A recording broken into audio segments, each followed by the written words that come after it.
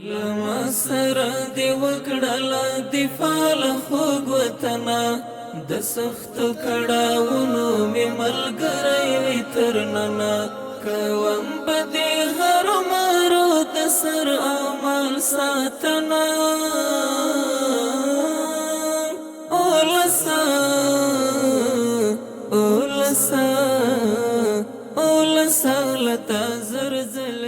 معاذ امارات اسلامی بسیار خوشحال هستیم که چاره 500 فامیلی رو برای ما افتتاح کرد. در این 20 سال حکومت دیگه بود خاک پات میکردن پیسه را. حال از حکومت اسلامی بسیار خواهش ما اینه است که بیادر یک ارزانی رو بیاره، فریمانی رو بیاره. ما چاره هم خوش شدیم که بیادر برای ما جور کرد. قبلا چاره پوسته بود بیادر پیرادارا داشت پیراداری میکرد. حالا بیادر اون گلدار شده. خدا امارات اسلامی را پایدار بسازد. کوم بدی هرو مرو د سر او مال ساتنه.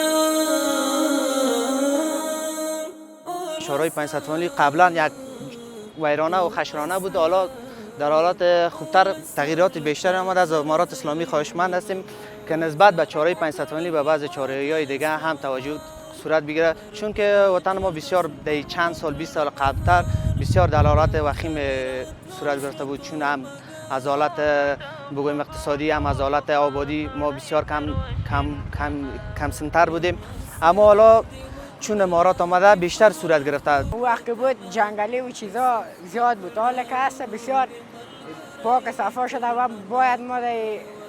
ما باید در حفظ و نگهداری از این مسئولیت داشته باشیم.